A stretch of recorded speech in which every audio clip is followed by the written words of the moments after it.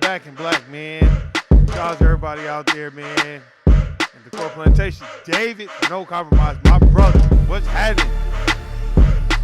Man, shout out to everybody out there at the Core Plantation. You know what it is. Shawnee, Billy, and the building stand up. Erica, you already know what it is. Tanya, Latanya, all y'all out there, y'all know what it is. It's Friday.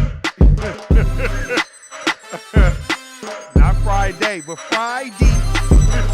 Saturday. But anyway, shout out to everybody out there, man, handling business, doing what you need to do to survive. Man, we're going to talk about, man, a plethora of things. We're going to go through it real quick. We're going to talk about, hey, what's going on, Tommy? I see you. We're going to talk about several things. We're going to talk about the brother Twitch Boss. I was a little familiar with him, but I wasn't that familiar with him. But I know the brother took his own life. That's sad to hear, man. I guess he's having his own inner battles. You know what I mean? It's very sad, man. But what I don't like is all of a sudden everybody want to pile on. Stop. We're going to talk about, are you concerned about the person when they are alive? You know, there was a song in church called Bring Me My Flowers While I Yet Live, so I can see the beauty that they bring. Meaning, don't wait till a nigga casket sharp to be like, oh, damn, man, Warren. Hey, don't do that sucker shit. Be there for motherfuckers when they alive. Hey. We're going to talk about that. We're just going to talk about things that we need to do. You know, get ourselves in check, reset ourselves, calibrate. And I definitely want to talk about us just staying in our lane and doing what we need to do. And we're going to address some Manny Sambo coon bullshit, too. Let's get it. Hey. Have me get the Harlem shaking in this motherfucker. Hey, no, I'll just fuck with y'all. Man, that's sad that brother, man, you know, he did that. That ain't cool, man. Let's play a little audio. I'm going to see if we can get some audio of what they said about the brother. You sad when you see a brother, you know, take his life or whatever. Happy. Yeah, because we ain't watching no commercials. But that's sad, man. You know what I mean? I think, you know, I'll give my opinion after we talk about this. Okay, here we go. What's your favorite thing, though? It's you. I love you. Oh, man. I thought it was going to be where they was talking. They're not even talking.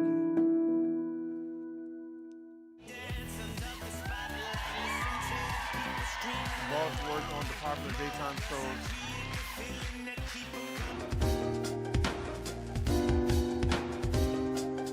Oh, he's a dancer.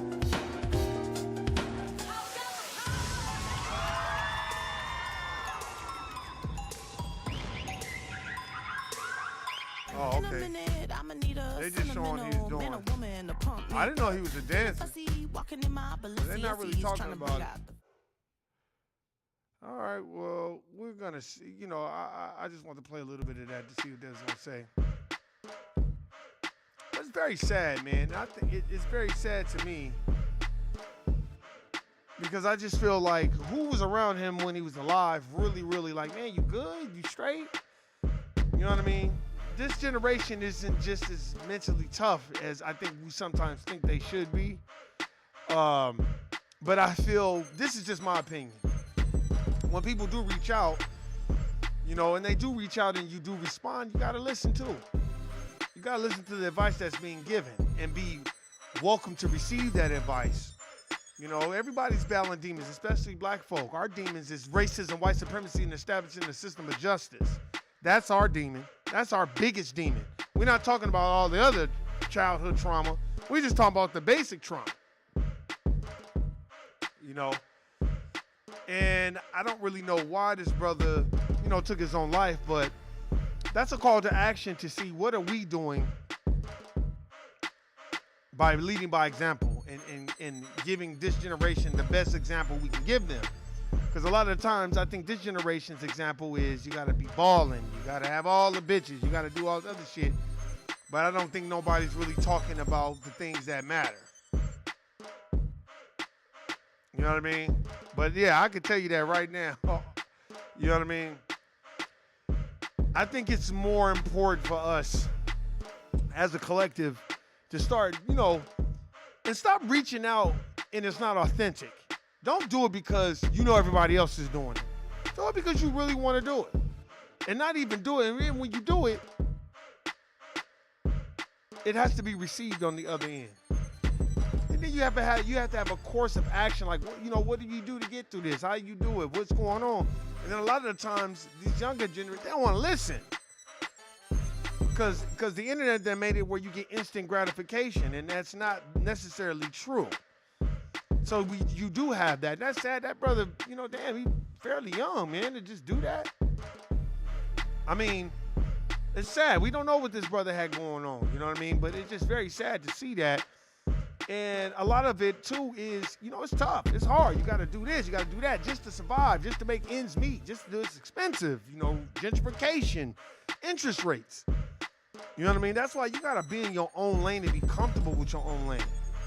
You can't be venturing off into other people's lanes trying to keep up with the fat man at the concession stand. Like, you can't keep up with everybody. You can only do what is best for you.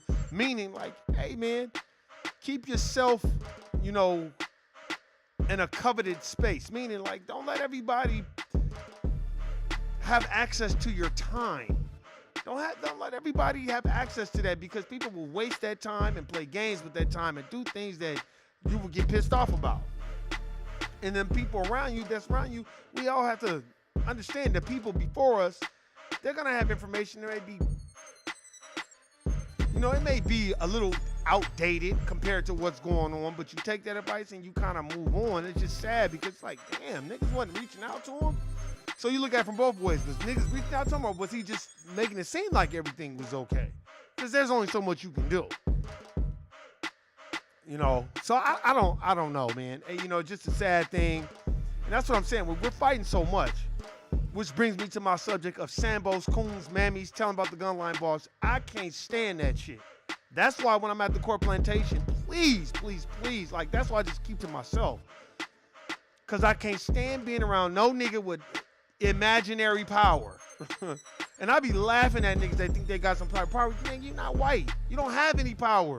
You don't own any wealth, no resources, no boats, no planes, no cakes, no pies, no ships, none of that shit. But niggas get on these court plantations and act like, tell them about the gun line boss. Act like, man, I'm gonna start getting the music out for motherfuckers, man. And you see it so much, and people don't even know that they doing that shit. I be looking at these motherfuckers like, man, I can tell off the bat, Mammy, Sambo.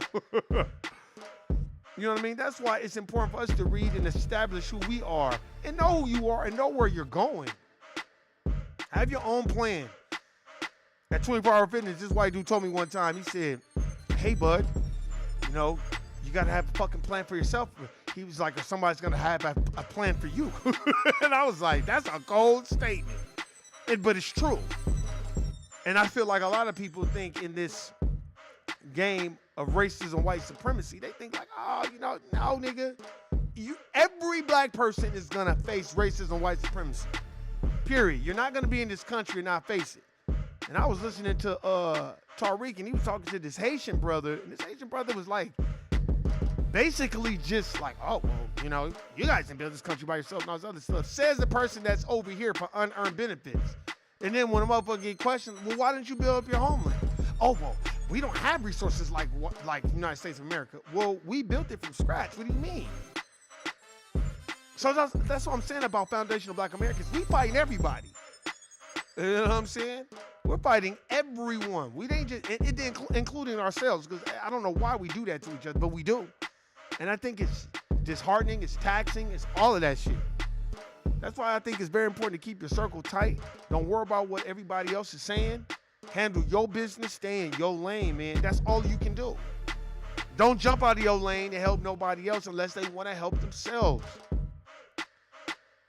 Because in this system, this is a global system, and the system only works when Sambos, Coons, Mammies tell about the gun lines, they maintain it. And while we up here arguing and being Mammies and Sambos and Coons, we got brothers like our brother Twitch, that's a good, was an excellent dancer, as I could see. You know what I mean? And it was a very inspirational brother. He just took his life. That's sad, man. That's sad. You know what I mean? And I'm tired of motherfuckers, want to show their sympathy, on social media. What are you doing for his family? Are you going to be there for a moment in time, or are you going to really, really check on his family? How many people are still checking on George Floyd's family? Alton Sterling's family? Mike Brown's family? Trayvon Martin's family? Oscar Grant's family? Philando Castile's family? Nobody's talking about them no more. It's like they don't even exist. That's what I mean. We gotta be consistent. I'm a consistent motherfucker. If I wasn't consistent, I wouldn't even be doing this podcast no more. Shout out to Nuke. Shout out to Roxanne. Shout out to Latime. It's time. Shout out to all of them. Hey, man. And the people that you have around you, just make sure that you're solid, so then they know you're solid, and then they become solid, or they get the fuck away from you. And I get it, everybody's busy, but you always gotta check on your people, and that's why, man, in my phone, I don't have a whole lot of people on my phone, because I'm not Hollywood. I don't believe in that. Just have a whole bunch of contacts on your phone. You don't even talk to these people no more. After a certain time when I don't talk to people no more, I reach out, make sure they straight. Then sometimes they reach out to me because it's a two-way street, but you always got to have open means of communication because you don't know what people are going through. Just like they don't know what you're going through. But I think it's best that we start looking out for each other, because that brother was young to take his life. Like, damn, nigga. And life is hard, man. Niggas act like life ain't hard. Nigga, life is hard, bro. If you Black and white America, that shit is extra hard. Because nobody cares about your sad story. Nobody even wants to look at it from your perspective. And anything you say from your perspective is a deflection. Are you making excuses? Are you a lazy nigga? Now, there's a lot of lazy niggas out there that don't want to get up and, kind of handle their business. But goddamn. That's why we got to be on our P's and Q's when we at these court plantations. Don't smile at these motherfuckers and do what you need to do. Even when you're around other racial groups, just do what you need to do. And then when I'm around my people, I try to be friendly and smile, and don't be like that. But once a person starts to reveal who they are, now I'm going to just not say nothing. It makes you feel uncomfortable. You know what I mean? Because it's sad, especially new booties and new people that come onto these plantations. It's like, man, you have no idea of what these people are capable of doing to you. Because they smiling with you. That means you're not doing something right. But anyway, man, that's my time. I'm done. You know what I'm saying? I want y'all to enjoy your weekend. And young folk, man, start listening to the advice that people is giving you. We have to understand that it takes two. So if somebody's reaching back and giving you advice, don't think it's sucker shit. Vet it out. Vet out the process to see what a motherfucker's talking about. Because in this game, man, if you don't know the rules, niggas is playing football and you playing hockey. And niggas will treat you like, oh, you didn't know you wasn't playing hockey? Like, man, you can't be like that.